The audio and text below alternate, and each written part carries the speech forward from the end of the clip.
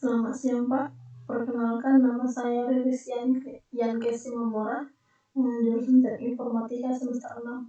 Di sini saya akan membahas materi metode penelitian, yaitu pembahasan pertama metode penelitian. Definisi penelitian, suatu kegiatan yang dimulai dengan pengamatan terhadap fakta yang menarik perhatian dan menimbulkan pertanyaan-pertanyaan. Merupakan suatu proses mencari sesuatu secara sistematis dalam waktu yang relatif lama dan menggunakan metode ilmiah dengan prosedur maupun aturan yang berlaku.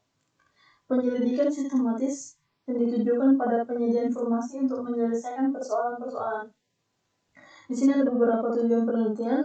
Yang pertama, untuk menciptakan ilmu pengetahuan baru atau menerapkan teknologi untuk memecahkan suatu masalah. Yang kedua, adanya dorongan rasa ingin tahu mengenai sesuatu hal yang sedang terjadi di lingkungan sekitar. Yang ketiga, untuk mencari jawaban dari permasalahan yang sedang terjadi. Metode ialah kerangka kerja untuk melakukan suatu tindakan atau suatu kerangka berpikir untuk menyusun suatu gagasan yang terarah dan terkait dengan maksud dan tujuan. Metodologi merupakan suatu formula dalam penerapan penelitian di mana dalam melakukan penelitian tersebut terdapat langkah-langkah dan juga hasil penelitian. Sedangkan metodologi penelitian dalam ilmu komputer atau sistem informasi merupakan langkah-langkah atau tahapan perencanaan dengan bantuan beberapa metode, teknik, alat, dan dokumentasi dengan tujuan untuk membantu peneliti dalam meminimalkan risiko kegagalan dan menekankan pada proses atau sasaran penelitian. Metodologi penelitian adalah cara ilmiah untuk mendapatkan data dengan tujuan dan kegunaan tertentu. Cara ilmiah artinya didasarkan pada ciri-ciri keilmuan yaitu rasional, empiris, dan sistematis. Rasional adalah penelitian dilakukan dengan cara-cara yang masuk akal sehingga terjangkau oleh penalaran manusia. Empiris merupakan cara yang digunakan dapat diamati dengan indera manusia. Dan sistematis merupakan proses penelitian menggunakan langkah tertentu yang bersifat logis. Kegunaan penelitian ada beberapa. Yang pertama, memahami masalah. Peneliti memperjelas suatu masalah atau informasi yang tidak diketahui dan selanjutnya menjadi tahu. Yang kedua, memecahkan masalah. Peneliti meminimalkan atau menghilangkan masalah. Yang ketiga, mengantisipasi masalah. Peneliti mengupayakan agar masalah tidak terjadi. Peneliti yang baik, masalah harus didefinisikan dengan jelas dan tajam dan tidak ambigu.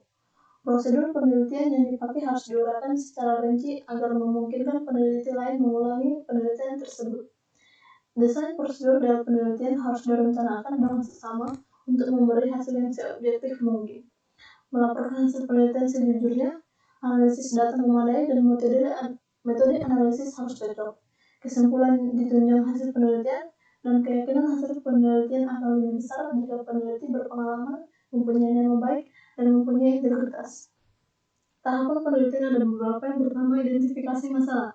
Penelitian dimulai dari pertanyaan yang belum dapat dijawab oleh seorang peneliti. Untuk itu, diperlukan adanya motivasi yang berupa rasa ingin tahu untuk mengembangkan dan menerapkan ilmu pengetahuan dan teknologi. Yang kedua, perumusan masalah. Perumusan masalah dapat dilakukan dengan pembuatan model. Hipotesis merupakan salah satu bentuk konkret dari perumusan masalah. Dengan adanya hipotesis, pelaksanaan penelitian diarahkan untuk membenarkan atau menolak hipotesis. Yang ketiga, penelusuran pustaka. Penelusuran pustaka merupakan langkah pertama untuk mengumpulkan informasi yang relevan untuk penelitian. Penelusuran pustaka dapat menghindar duplikasi pelaksanaan penelitian. Dengan penelusuran pustaka dapat diketahui penelitian yang pernah dilakukan dan di mana hal itu dilakukan. Yang keempat, rancangan penelitian. Rancangan penelitian mengatur sistematika yang akan dilaksanakan dalam penelitian. Memasuki langkah ini, peneliti harus memahami berbagai metode dan teknik penelitian. Yang kelima, pengumpulan data. Data penelitian dikumpulkan sesuai dengan rancangan penelitian yang telah ditentukan. Data tersebut diperoleh dengan jalan pengamatan, percobaan, atau pengukuran gejala yang diteliti. Yang keenam, pengolahan data. Pengolahan data diarahkan untuk memberi argumentasi atau penjelasan mengenai tesis yang diajukan dalam penelitian berdasarkan data atau fakta yang diperoleh. Apabila ada hipotesis, pengolahan data diarahkan untuk membenarkan atau menolak hipotesis. Yang ketujuh, penyimpulan masalah. Setiap kesimpulan yang dibuat oleh peneliti peneliti semata-mata didasarkan pada data yang dikumpulkan dan diolah. Hasil penelitian tergantung pada kemampuan peneliti untuk memfasirkan secara logis data yang telah disusun secara sistematis menjadi ikatan pengertian sebab akibat objek penelitian. Produk penelitian ada beberapa, yaitu yang pertama produk atau inovasi baru yang dapat langsung dipakai oleh industri atau bukan hanya sebatas prototipe. Yang kedua paten, dan yang ketiga publikasi di jurnal internasional. Pembahasan yang kedua, metodologi pengembangan sistem informasi. Ada banyak metodologi pengembangan sistem informasi. Metodologi tersebut ada yang mirip satu sama lain dan ada yang sangat spesifik terhadap suatu organisasi. Berikut ada beberapa komponen dalam metodologi. Yang pertama, bagaimana suatu proyek dipecahkan ke dalam beberapa tahapan. Yang kedua, apa yang dikerjakan pada setiap tahapan. Yang ketiga, apa keluaran yang dihasilkan. Yang keempat, kapan setiap tahapan tersebut dikerjakan. Yang kelima, apa batasan yang diterapkan. Yang keenam, siapa yang terlibat. Yang ketujuh, bagaimana proyek tersebut dikelola dan dikontrol. Dan yang terakhir, alat pendukung apa yang digunakan. Manfaat penggunaan metodologi. Ada beberapa manfaat penggunaan metodologi, yaitu metodologi membuat kita lebih paham, lebih bertanggung jawab, lebih comfortable, dan lebih responsibel. Yang kedua, metodologi membuat kita lebih knowledge stable atau berpengetahuan dan lebih berguna dalam berargumen karena selalu berdasarkan fakta dan tidak berdasarkan pada intuisi maupun bisikan-bisikan. Yang ketiga, dengan menggunakan metodologi kita bisa memaparkan lebih banyak lagi gambaran berupa saran, ide maupun masukan-masukan yang bisa di-elaborate. Identifikasi masalah dan hipotesis. Identifikasi dan perumusan masalah. Pencarian masalah yang akan dikaji dapat bersumber dari bacaan, pengamatan terhadap fakta di lapangan, berdasarkan pengalaman pribadi, hasil pertemuan ilmiah seperti seminar, diskusi, dan lokakarya. Dalam pencarian topik permasalahan ini perlu adanya pemahaman terhadap objek yang ingin diteliti, baik melalui fenomena-fenomena yang ada, teori, hipotesis, maupun eksperimen. Cara untuk merumuskan masalah ada beberapa, yaitu dirumuskan dalam bentuk pertanyaan atau research question yang berfokus pada dependent variable atau pada apa yang akan diteliti. Yang berikutnya, rumusan hendaknya jelas dan padat. Yang ketiga, rumusan masalah harus berisi implikasi adanya data untuk memecahkan masalah. Yang keempat, rumusan masalah dasar dapat dalam membuat hipotesa. Permasalahan yang baik memiliki 3 ciri utama, yaitu mempunyai nilai penelitian, dalam arti bahwa permasalahan tersebut masih bersifat asli atau original, menyatakan suatu hubungan dengan bidang lain, serta dapat diuji kebenarannya. Yang kedua, visible, artinya permasalahan tersebut dapat dipecahkan, tersedianya data dan metode untuk memecahkan masalah, tersedianya biaya, dan dapat diselesaikan dalam waktu yang wajar. Yang ketiga, sesuai dengan kualifikasi peneliti, artinya bahwa permasalahan yang diangkat menarik minat bagi si peneliti, serta sesuai dengan kualifikasi yang ada. Sumber masalah, ada beberapa sumber masalah dalam metodologi pengembangan sistem informasi. Yang pertama, penelitian observasi. Observasi adalah proses pemerolehan data informasi dari tangan pertama dengan cara melakukan pengamatan. Observasi dapat dilakukan secara langsung maupun tidak langsung. Yang kedua, diskusi. Masalah yang didiskusikan merupakan suatu persoalan yang dibahas oleh peserta diskusi untuk dipahami, diketahui sebab-sebabnya, dianalisis, dicari jalan keluar atau solusinya, diambil keputusan yang tepat, terbaik di antara yang baik atau tak baik sesuai dengan keadaan dan kebutuhan. Yang ketiga, ahli riset. Riset merupakan para ahli adalah suatu proses kegiatan penyelidikan atau investigasi atau eksplorasi terhadap suatu masalah yang dilakukan menurut kaidah dan metodologi tertentu secara ilmiah dan sistematis. Yang keempat, bibliografi. Bibliografi dapat diartikan sebagai suatu daftar buku atau artikel majalah untuk subjek tertentu dan fungsinya mendaftar semua buku yang diterbitkan di wilayah geografi negara tertentu dan ditulis dalam bahasa tertentu. Langkah-langkah dalam perumusan masalah ada 4. Langkah pertama, tentukan fokus penelitian. Langkah kedua, cari berbagai kemungkinan dari berbagai faktor yang ada kaitannya dengan fokus penelitian tersebut yang dalam hal ini dinamakan subfokus. Langkah ketiga, di antara faktor-faktor yang terkait, adakan pengkajian faktor mana yang paling menarik untuk ditelaah, kemudian ditetapkan faktor apa saja yang akan dipilih. Langkah keempat, kaitkan secara logis faktor-faktor subfokus yang dipilih dengan fokus penelitian.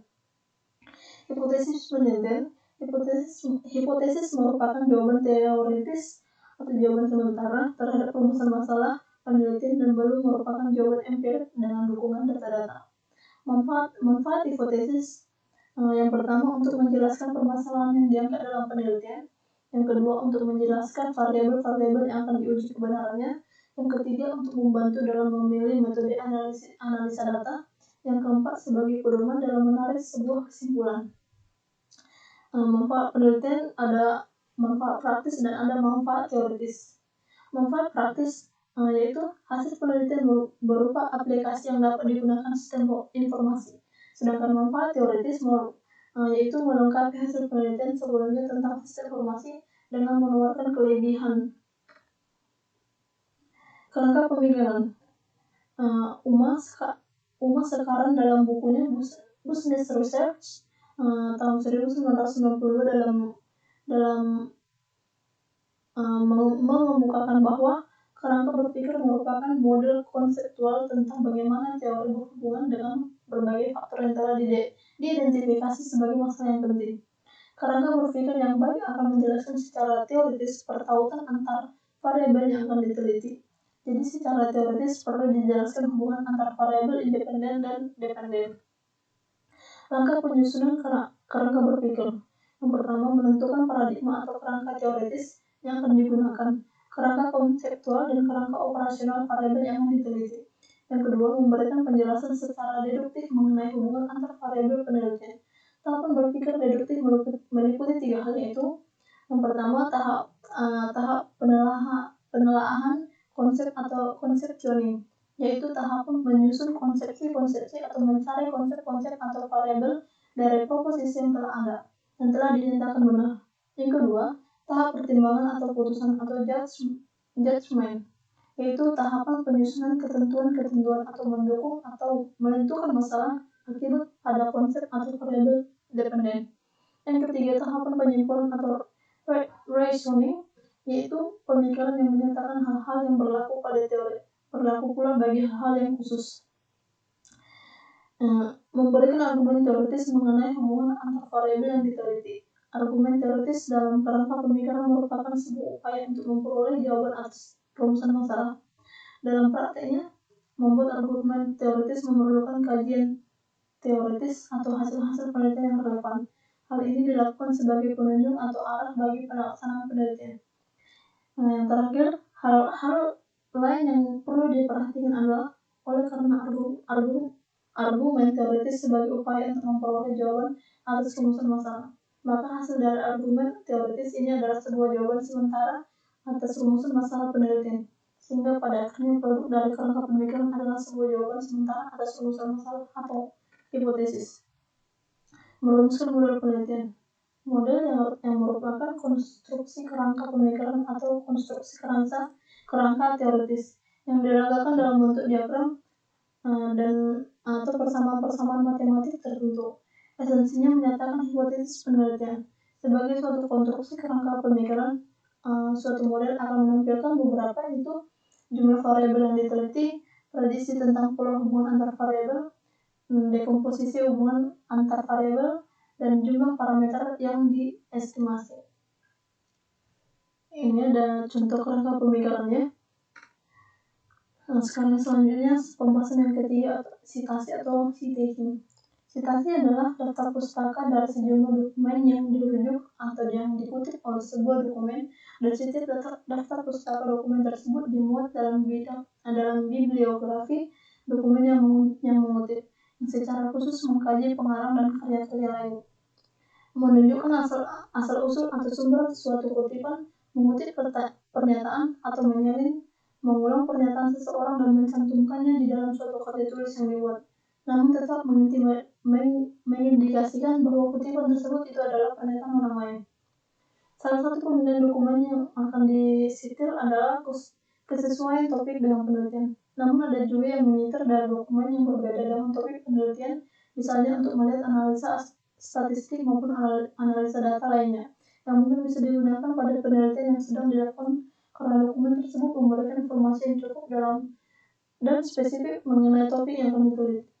Peneliti atau penulis akan menyitir suatu dokumen apabila dokumen tersebut memberikan informasi atau pengetahuan baru yang bisa bermanfaat bagi penelitiannya. Tahap penerbitan suatu dokumen merupakan hal yang penting karena dokumen yang diterbitkannya lebih terbaru atau mutakhir, memuat informasi dan pengetahuan baru yang sedang berkembang pada saat itu. Kegunaan sitasi ada beberapa. Yang pertama, menunjukkan adanya kebijakan di bidang kajiannya. Yang kedua, menerangkan suatu teori, pengertian atau definisi. Yang ketiga, untuk memperlihatkan adanya temuan dari ilmuwan lain. Yang keempat, untuk memperkuat temuannya. Dan yang kelima, untuk memanfaatkan metode sebagai pembanding di mana bahan pustaka yang direview memperlihatkan adanya perbedaan atau persamaan pendapat dengan ilmuwan lain.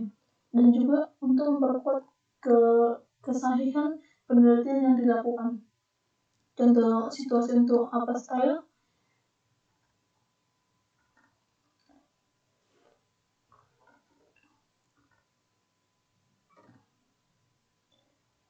Sekian presentasi dari saya. Maaf Pak jika masih banyak kekurangan dari cara berkata saya yang kecepatan. Dan saya juga mohon maaf buat Bapak karena saya memiliki keterlambatan dalam mengerjakan tugas. Terima kasih.